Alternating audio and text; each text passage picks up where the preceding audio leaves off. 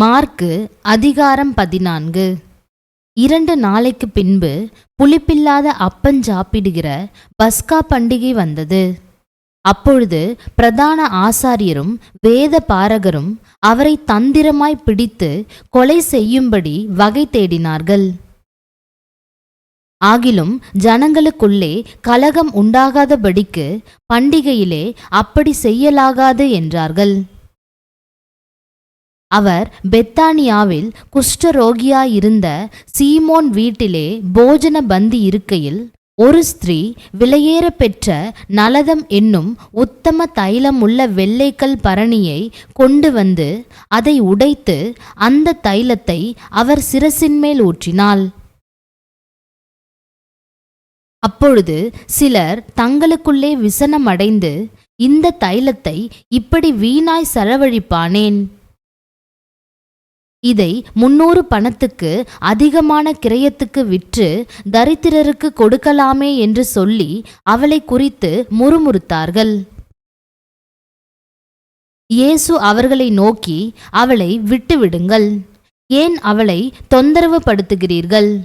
என்னிடத்தில் நற்கிரியை செய்திருக்கிறாள். தரித்திரர் எப்போதும் உங்களிடத்தில் இருக்கிறார்கள். உங்களுக்கு மனதுண்டாகும் போதெல்லாம் நீங்கள் அவர்களுக்கு நன்மை செய்யலாம். நானோ எப்போதும் உங்களிடத்தில் இரேன். இவள் தன்னால் இயன்றதை செய்தாள். நான் அடக்கம் பண்ணப்படுவதற்கு எத்தனமாக என் சரீரத்தில் தைலம் பூச முந்திக் கொண்டாள். இந்த சுவிசேஷம் உலகத்தில் எங்கெங்கே பிரசங்கிக்கப்படுமோ அங்கங்கே இவளை நினைப்பதற்காக இவள் செய்ததும் சொல்லப்படும் என்று மெய்யாகவே உங்களுக்கு சொல்லுகிறேன் என்றார். அப்பொழுது 12 ஒருவனாகிய யூதாஸ் காரியோத்து என்பவன் அவரை பிரதான ஆசாரியருக்கு காட்டிக் கொடுக்கும்படி அவர்களிடத்திற்கு போனான். அவர்கள் அதை கேட்டு சந்தோஷப்பட்டு அவனுக்கு பணம் கொடுப்போம் என்று வாக்குத்தத்தம் பண்ணினார்கள். அவன் அவரை காட்டிக் கொடுப்பதற்கு தகுந்த சமயம் பார்த்து கொண்டிருந்தான். பஸ்காவை பலியிடும் நாளாகிய புளிப்பில்லாத அப்பஞ்சாப்பிடுகிற முதலாம் நாளிலே அவருடைய சீஷர்கள் அவரிடத்தில் வந்து, நீர் பஸ்காவை புசிப்பதற்கு நாங்கள் எங்கே போய் ஆயத்தம் பண்ண சித்தமாயிருக்கிறீர் என்று கேட்டார்கள். அவர் தம்முடைய சீஷரில் 2 பேரை நோக்கி, நீங்கள் நகரத்திற்குள்ளே போங்கள், அங்கே தண்ணீர் குடம் சுமந்து வருகிற ஒரு மனுஷன் உங்களுக்கு எதிர்ப்படுவான், அவன் பின்னே போங்கள். அவன் எந்த வீட்டிற்குள் பிரவேசிக்கிறானோ அந்த வீட்டு எஜமானை நீங்கள் நோக்கி, நான் என் சீஷரோடு கூட பஸ்காவை புசிக்கிறதற்கு தகுதியான இடம் எங்கே என்று போதகர் கேட்கிறார் என்று சொல்லுங்கள். அவன் கம்பளம் முதலானவைகள் விரித்து ஆயத்தம் பண்ணப்பட்டிருக்கிற விஸ்தாரமான மேல் வீட்டறையை உங்களுக்கு காண்பிப்பான். அங்கே நமக்காக ஆயத்தம் பண்ணுங்கள் என்று சொல்லி அனுப்பினார். அப்படியே அவருடைய சீஷர் புறப்பட்டு நகரத்தில் போய் தங்களுக்கு அவர் சொன்னபடியே கண்டு பஸ்காவை ஆயத்தம் பண்ணினார்கள். சாயங்காலமான போது அவர் 12 கூட அவ்விடத்திற்கு வந்தார். அவர்கள் பந்தி அமர்ந்து போஜனம் பண்ணுகையில் இயேசு அவர்களை நோக்கி, என்னுடனே புசிக்கிற உங்களில் ஒருவன் என்னை காட்டிக் கொடுப்பான் என்று மெய்யாகவே உங்களுக்கு சொல்லுகிறேன் என்றார்.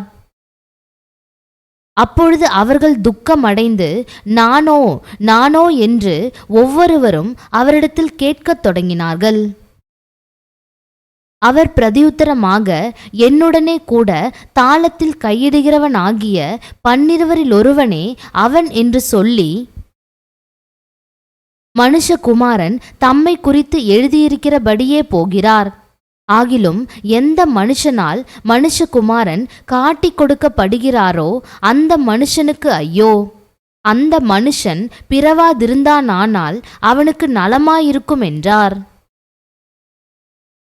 அவர்கள் போஜனம் பண்ணுகையில் இயேசு அப்பத்தை எடுத்து ஆசீர்வதித்து அதை பிட்டு அவர்களுக்கு கொடுத்து, நீங்கள் வாங்கி புசியுங்கள், இது என்னுடைய சரீரமாயிருக்கிறது என்றார். பின்பு பாத்திரத்தையும் எடுத்து ஸ்தோத்திரம் பண்ணி அதை அவர்களுக்கு கொடுத்தார். அவர்கள் எல்லாரும் அதிலே பானம் பண்ணினார்கள். அப்பொழுது அவர் அவர்களை நோக்கி, இது அநேகருக்காக சிந்தப்படுகிற புது உடன்படிக்கைக்குரிய என்னுடைய இரத்தமாயிருக்கிறது. நான் தேவனுடைய ராஜ்யத்தில் நவமான ரசத்தை பானம் பண்ணும் நாள் வரைக்கும் திராட்சை பழரசத்தை இனி நான் பானம் பண்ணுவதில்லை என்று மெய்யாகவே உங்களுக்கு சொல்லுகிறேன் என்றார். அவர்கள் ஸ்தோத்திர பாட்டை பாடின பின்பு ஒலிவமலைக்கு புறப்பட்டு போனார்கள்.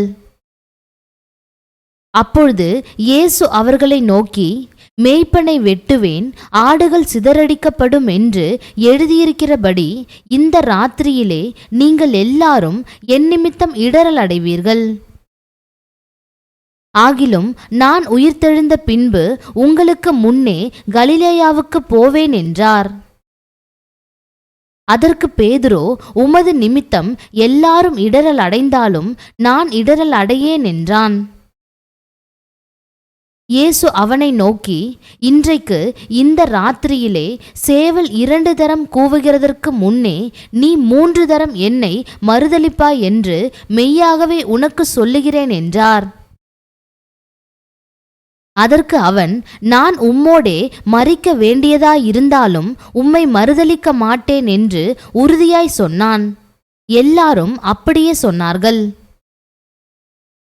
பின்பு கெத்சமனே எனப்பட்ட இடத்திற்கு வந்தார்கள். அப்பொழுது அவர் தம்முடைய சீஷர்களை நோக்கி, நான் ஜெபம் பண்ணுமளவும் இங்கே உட்கார்ந்திருங்கள் என்று சொல்லி பேதுருவையும் யாக்கோபையும் யோவானையும் தம்மோடே கூட்டிக் கொண்டு போய் திகிலடையவும் மிகவும் வியாகுலப்படவும் தொடங்கினார்.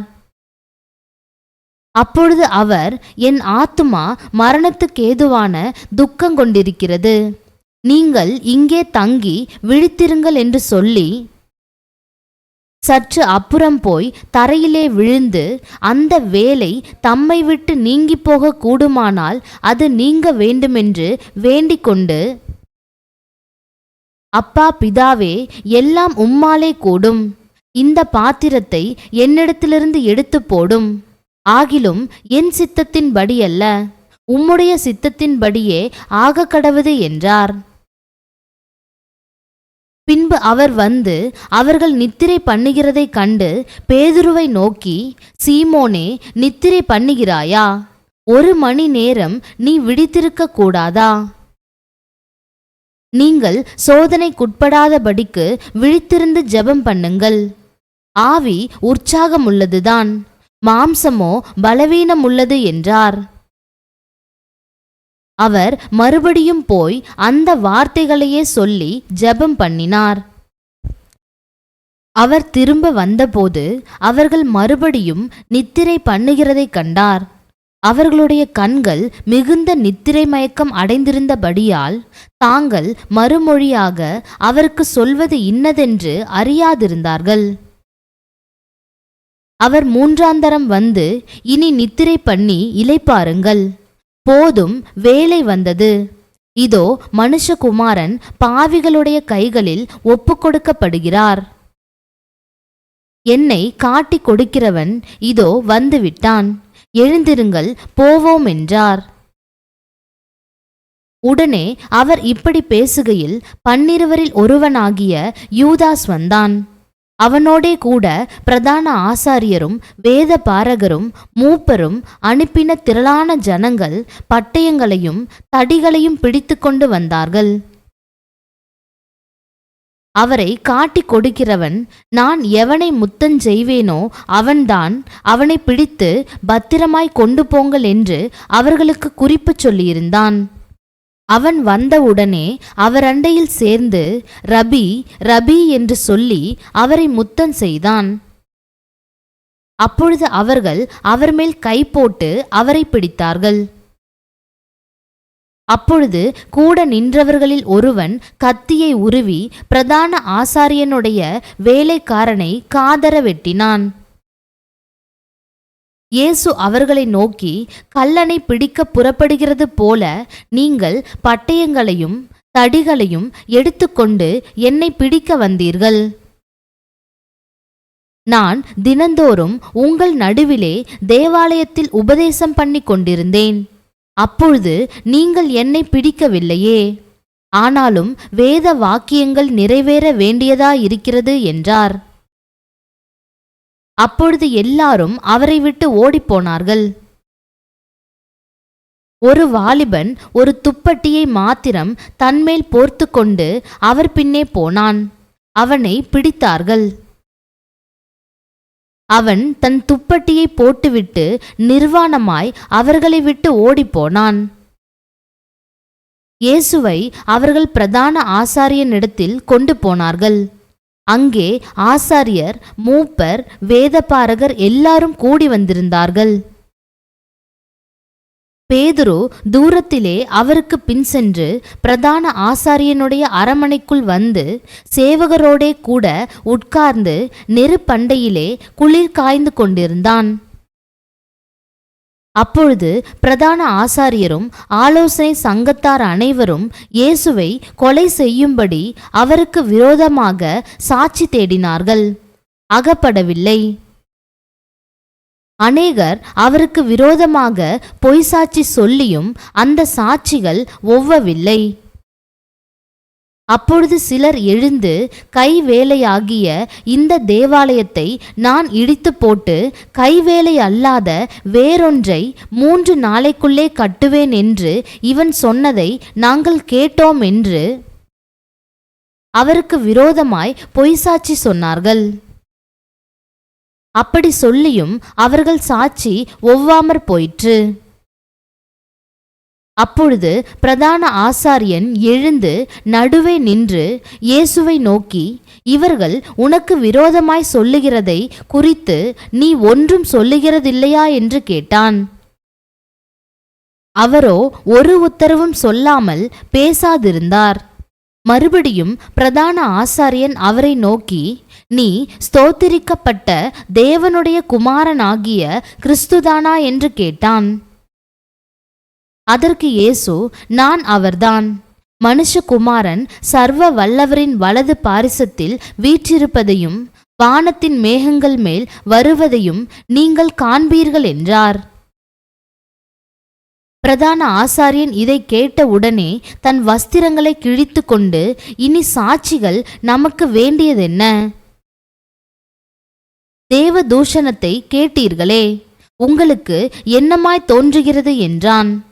அதற்கு அவர்கள் எல்லாரும், இவன் மரணத்துக்கு பாத்திரனாயிருக்கிறான் என்று தீர்மானம் பண்ணினார்கள். அப்பொழுது சிலர் அவர் மேல் துப்பவும் அவருடைய முகத்தை மூடவும் அவரை குட்டவும் ஞான திருஷ்டியினாலே பார்த்து சொல் என்று சொல்லவும் தொடங்கினார்கள். வேலைக்காரரும் அவரை கன்னத்தில் அறைந்தார்கள். அத்தருணத்திலே பேதுரு கீழே அரமனை முற்றத்தில் இருக்கையில் பிரதான ஆசாரியனுடைய வேலைக்காரிகளில் ஒருத்தி வந்து குளிர்காய்ந்து கொண்டிருக்கிற பேதுருவை கண்டு அவனை உற்று பார்த்து, நீயும் நசரேயனாகிய இயேசுவோடே இருந்தாய் என்றாள். அதற்கு அவன், நான் அறியேன், நீ சொல்லுகிறது எனக்கு தெரியாது என்று மறுதலித்து வெளியே வாசல் மண்டபத்துக்கு போனான். அப்பொழுது சேவல் கூவிற்று. வேலைக்காரி அவனை மறுபடியும் கண்டு, இவன் அவர்களில் ஒருவன் என்று அருகே நின்றவர்களுக்கு சொன்னாள். அவன் மறுபடியும் மறுதலித்தான்.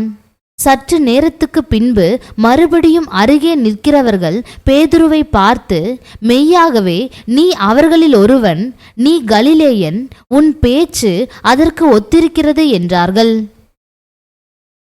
அதற்கு அவன், நீங்கள் சொல்லுகிற மனுஷனை அறியேன் என்று சொல்லி சபிக்கவும் சத்தியம் பண்ணவும் தொடங்கினான். உடனே சேவல் 2ஆந்தரம் கூவிற்று. சேவல் 2 தரம் கூவுகிறதற்கு முன்னே நீ என்னை 3 தரம் மறுதலிப்பாய் என்று இயேசு தனக்கு சொன்ன வார்த்தையை பேதுரு நினைவு கூர்ந்து மிகவும் அழுதான். அதிகாரம் 15. பொழுது விடிந்தவுடனே பிரதான ஆசாரியரும் மூப்பரும் வேத பாரகரும் ஆலோசனை சங்கத்தார் அனைவரும் கூடி ஆலோசனை பண்ணி இயேசுவை கட்டி கொண்டு போய் பிலாத்துவினிடத்தில் ஒப்பு கொடுத்தார்கள். பிலாத்து அவரை நோக்கி, நீ யூதருடைய ராஜாவா என்று கேட்டான். அதற்கு அவர், நீர் சொல்லுகிறபடிதான் என்றார். பிரதான ஆசாரியர்கள் அவர் மேல் அநேக குற்றங்களை சாற்றினார்கள். அவரோ மாறுத்தரம் ஒன்றும் சொல்லவில்லை. அப்பொழுது பிலாத்து மறுபடியும் அவரை நோக்கி, இதோ இவர்கள் உன்மேல் எத்தனையோ குற்றங்களை சாட்டுகிறார்களே, அதற்கு நீ உத்தரவு ஒன்றும் சொல்லுகிறதில்லையா என்று கேட்டான்.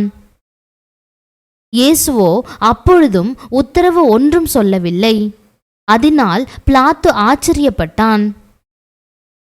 காவல் பண்ணப்பட்டவர்களில் எவனை விடுதலையாக்க வேண்டுமென்று ஜனங்கள் கேட்டுக்கொள்வார்களோ அவனை அவர்களுக்காக விடுதலையாக்குவது பண்டிகை தோறும் பிலாத்துவுக்கு வழக்கமாயிருந்தது.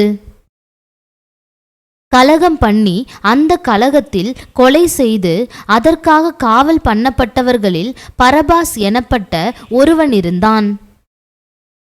ஜனங்கள் வழக்கத்தின்படியே தங்களுக்கு ஒருவனை விடுதலையாக்க வேண்டும் என்று சத்தமிட்டு கேட்டுக்கொள்ளத் தொடங்கினார்கள். பொறாமையினாலே பிரதான ஆசாரியர்கள் அவரை ஒப்புக்கொடுத்தார்கள் என்று பிலாத்து அறிந்து அவர்களை நோக்கி, நான் யூதருடைய ராஜாவை உங்களுக்கு விடுதலையாக்க வேண்டுமென்றிருக்கிறீர்களா என்று கேட்டான். பரபாசை தங்களுக்கு விடுதலையாக்க வேண்டும் என்று ஜனங்கள் கேட்டுக்கொள்ளும்படி பிரதான ஆசாரியர்கள் அவர்களை ஏவி விட்டார்கள். பிலாத்து மறுபடியும் அவர்களை நோக்கி, அப்படியானால் யூதருடைய ராஜாவென்று நீங்கள் சொல்லுகிறவனை நான் என்ன செய்ய வேண்டும் என்று கேட்டான். அவனை சிலுவையில் அறையும் என்று மறுபடியும் சத்தமிட்டு சொன்னார்கள். அதற்கு பிலாத்து, ஏன், என்ன பொல்லாப்பு செய்தான் என்றான். அவர்களோ அவனை சிலுவையில் அறையும் என்று பின்னும் அதிகமாய் கூக்குரலிட்டு சொன்னார்கள். அப்பொழுது பிலாத்து ஜனங்களை பிரியப்படுத்த மனதுள்ளவனாய் பரபாசை அவர்களுக்கு விடுதலையாக்கி இயேசுவையோ வாரினால் அடிப்பித்து சிலுவையில் அறையும்படிக்கு ஒப்பு கொடுத்தான்.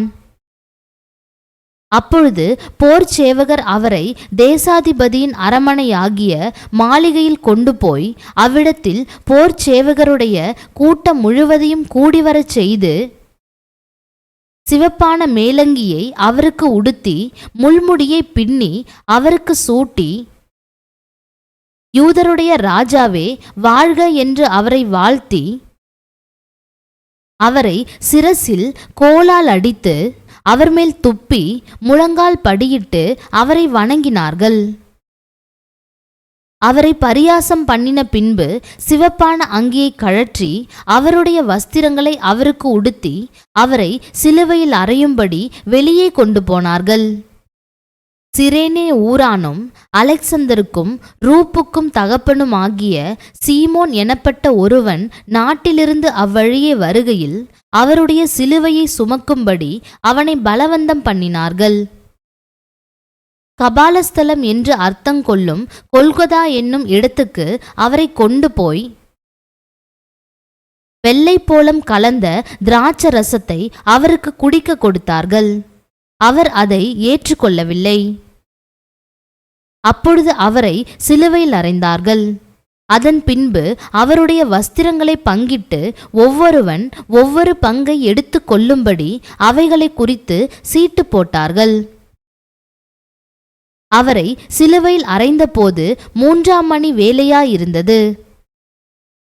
அவர் அடைந்த ஆக்கினையின் முகாந்தரத்தை காண்பிக்கும் பொருட்டு யூதருடைய ராஜா என்று எழுதி சிலுவையின் மேல் கட்டினார்கள். அல்லாமலும் அவருடைய வலது பக்கத்தில் ஒருவனும் அவருடைய இடது பக்கத்தில் ஒருவனுமாக 2 கல்லரை அவரோடே கூட சிலுவைகளில் அறைந்தார்கள்.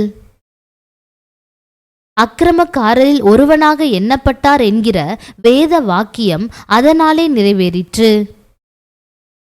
அந்த வழியாய் நடந்து போகிறவர்கள் தங்கள் தலைகளை துலுக்கி, ஆ ஆ, தேவாலயத்தை இடித்து 3 நாளைக்குள்ளே கட்டுகிறவனே, உன்னை நீயே இரட்சித்துக்கொள், சிலுவையில் இருந்து இறங்கி வா என்று அவரை தூஷித்தார்கள். அப்படியே பிரதான ஆசாரியரும் வேத பாரகரும் தங்களுக்குள்ளே பரியாசம் பண்ணி மற்றவர்களை இரட்சித்தான், தன்னைத்தான் இரட்சித்து கொள்ள திராணி இல்லை. நாம் கண்டு விசுவாசிக்கத்தக்கதாக இஸ்ரவேலுக்கு ராஜாவாகிய கிறிஸ்து இப்பொழுது சிலுவையில் இருந்து இறங்கட்டும் என்று சொல்லிக் கொண்டார்கள். அவரோடே கூட சிலுவைகளில் அறையப்பட்டவர்களும் அவரை நிந்தித்தார்கள். 6ஆம் மணி நேரம் முதல் 9ஆம் மணி நேரம் வரைக்கும் பூமி எங்கும் அந்தகாரம் உண்டாயிற்று. 9ஆம் மணி நேரத்திலே இயேசு எலோயி எலோயி லாமா சபக்தானி என்று மிகுந்த சத்தமிட்டு கூப்பிட்டார். அதற்கு, என் தேவனே, என் தேவனே, ஏன் என்னை கைவிட்டீர் என்று அர்த்தமாம். அங்கே நின்றவர்களில் சிலர் அதை கேட்டபொழுது, இதோ எலியாவை கூப்பிடுகிறான் என்றார்கள். ஒருவன் ஓடி கடற்காளானை காடியிலே தோய்த்து அதை ஒரு கோலில் மாட்டி அவருக்கு குடிக்க கொடுத்து, பொறுங்கள், எலியா இவனை இறக்க வருவானோ பார்ப்போம் என்றான். இயேசு மகா சத்தமாய் கூப்பிட்டு ஜீவனை விட்டார். அப்பொழுது தேவாலயத்தின் திரைச்சீலை மேல் தொடங்கி கீழ் வரைக்கும் 2ஆக கிழிந்தது. அவருக்கு எதிரே நின்ற 100க்கு அதிபதி அவர் இப்படி கூப்பிட்டு ஜீவனை விட்டதை கண்டபோது, மெய்யாகவே இந்த மனுஷன் தேவனுடைய குமாரன் என்றான். சில ஸ்திரீகளும் தூரத்திலிருந்து பார்த்து கொண்டிருந்தார்கள். அவர் கலிலேயாவில் இருந்தபோது அவருக்கு பின் சென்று ஊழியம் செய்து வந்த மகதலேனா மரியாளும், சின்ன யாக்கோபுக்கும் யோசேக்கும் தாயாகிய மரியாளும், சலோமே என்பவளும் அவருடனே கூட எருசலேமுக்கு வந்திருந்த வேறே அநேக ஸ்திரீகளும் அவர்களோடே இருந்தார்கள். ஓய்வு நாளுக்கு முந்தின நாள் ஆயத்த நாளாயிருந்தபடியால் சாயங்காலமானபோது கணம் பொருந்திய ஆலோசனைக்காரனும் அரிமத்தியா ஊரானும் தேவனுடைய ராஜ்யம் வர காத்திருந்தவனுமாகிய யோசேப்பு என்பவன் வந்து பிலாத்துவினிடத்தில் துணிந்து போய் இயேசுவின் சரீரத்தை கேட்டான். அவர் இத்தனை சீக்கிரத்தில் மரித்து போனாரா என்று பிலாத்து ஆச்சரியப்பட்டு 100க்கு அதிபதியை அழைப்பித்து, அவர் இதற்குள்ளே மரித்தது நிச்சயமா என்று கேட்டான். 100க்கு அதிபதியினாலே அதை அறிந்து கொண்ட பின்பு சரீரத்தை யோசேப்பினிடத்தில் கொடுத்தான். அவன் போய் மெல்லிய துப்பட்டியை வாங்கி கொண்டு வந்து அவரை இறக்கி அந்த துப்பட்டியிலே சுற்றி கன்மலையில் வெட்டியிருந்த கல்லறையிலே அவரை வைத்து கல்லறையின் வாசலில் ஒரு கல்லை புரட்டி வைத்தான். அவரை வைத்த இடத்தை மகதலேனா மரியாளும் யோசேயின் தாயாகிய மரியாளும் பார்த்தார்கள். அதிகாரம் 16. ஓய்வு நாளான பின்பு மகதலேனா மரியாளும் யாக்கோபின் தாயாகிய மரியாளும் சலோமே என்பவளும் அவருக்கு சுகந்த வர்க்கமிடும்படி அவைகளை வாங்கி கொண்டு வாரத்தின் 1ஆம் நாள் அதிகாலையிலே சூரியன் உதயமாகிற போது கல்லறையினிடத்தில் வந்து, கல்லறையின் வாசலில் இருக்கிற கல்லை நமக்காக எவன் புரட்டி தள்ளுவான் என்று ஒருவரோடொருவர் சொல்லிக் கொண்டார்கள். அந்த கல் மிகவும் பெரிதாயிருந்தது. அவர்கள் ஏறிட்டு பார்க்கிற போது அது தள்ளப்பட்டிருக்க கண்டார்கள். அவர்கள் கல்லறைக்குள் பிரவேசித்து வெள்ளையங்கி தரித்தவனாய் வலது பக்கத்தில் உட்கார்ந்திருந்த ஒரு வாலிபனை கண்டு பயந்தார்கள். அவன் அவர்களை நோக்கி, பயப்படாதிருங்கள், சிலுவையில் அறையப்பட்ட நசரேயனாகிய இயேசுவை தேடுகிறீர்கள். அவர் உயிர்த்தெழுந்தார். அவர் இங்கே இல்லை. இதோ அவரை வைத்த இடம். நீங்கள் அவருடைய சீஷரிடத்திற்கும் பேதுருவின் இடத்திற்கும் போய், உங்களுக்கு முன்னே கலிலேயாவுக்கு போகிறார், அவர் உங்களுக்கு சொன்னபடியே அங்கே அவரை காண்பீர்கள் என்று அவர்களுக்கு சொல்லுங்கள் என்றான். நடுக்கமும் திகிலும் அவர்களை பிடித்தபடியால் அவர்கள் சீக்கிரமாய் வெளியே வந்து கல்லறையை விட்டு ஓடினார்கள். அவர்கள் பயந்திருந்தபடியினால் ஒருவருக்கும் ஒன்றும் சொல்லாமற் போனார்கள். வாரத்தின் முதலாம் நாள் அதிகாலையிலே இயேசு எழுந்திருந்த பின்பு மகதலேனா மரியாளுக்கு முதல் தரிசனமானார். அவளிடத்திலிருந்து அவர் 7 பிசாசுகளை துரத்தியிருந்தார். அவள் புறப்பட்டு அவரோடே கூட இருந்தவர்கள் துக்கப்பட்டு அழுது கொண்டிருக்கையில் அவர்களிடத்தில் போய் அந்த செய்தியை அறிவித்தாள். அவர் உயிரோடு இருக்கிறார் என்றும் அவளுக்கு காணப்பட்டார் என்றும் அவர்கள் கேட்ட பொழுது நம்பவில்லை. அதன் பின்பு அவர்களில் 2 பேர் ஒரு கிராமத்துக்கு நடந்து போகிற பொழுது அவர்களுக்கு மறுரூபமாய் தரிசனமானார். அவர்களும் போய் அதை மற்றவர்களுக்கு அறிவித்தார்கள். அவர்களையும் அவர்கள் நம்பவில்லை. அதன் பின்பு 11 போஜன பந்தி இருக்கையில் அவர்களுக்கு அவர் தரிசனமாகி உயிர்த்தெழுந்திருந்த தம்மை கண்டவர்களை அவர்கள் நம்பாமற் போனதின் நிமித்தம் அவர்களுடைய அவிசுவாசத்தை குறித்தும் இருதய கடினத்தை குறித்தும் அவர்களை கடிந்து கொண்டார். பின்பு அவர் அவர்களை நோக்கி, நீங்கள் உலகமெங்கும் போய் சர்வ சிருஷ்டிக்கும் சுவிசேஷத்தை பிரசங்கியுங்கள். விசுவாசம் உள்ளவனாகி ஞானஸ்நானம் பெற்றவன் இரட்சிக்கப்படுவான், விசுவாசியாதவனோ ஆக்கினைக்குள்ளாக தீர்க்கப்படுவான். விசுவாசிக்கிறவர்களால் நடக்கும் அடையாளங்களாவன, என் நாமத்தினாலே பிசாசுகளை துரத்துவார்கள், நவமான பாஷைகளை பேசுவார்கள், சர்ப்பங்களை எடுப்பார்கள், சாவுக்கேதுவான யாதொன்றை குடித்தாலும் அது அவர்களை சேதப்படுத்தாது, வியாதியஸ்தர் மேல் கைகளை வைப்பார்கள், அப்பொழுது அவர்கள் சொஸ்தமாவார்கள் என்றார். இவ்விதமாய் கர்த்தர் அவர்களுடனே பேசின பின்பு பரலோகத்துக்கு எடுத்துக்கொள்ளப்பட்டு தேவனுடைய வலது பாரிசத்தில் உட்கார்ந்தார். அவர்கள் புறப்பட்டு போய் எங்கும் பிரசங்கம் பண்ணினார்கள். கர்த்தர் அவர்களுடனே கூட கிரியையை நடப்பித்து அவர்களால் நடந்த அடையாளங்களினாலே வசனத்தை உறுதிப்படுத்தினார். ஆமேன்.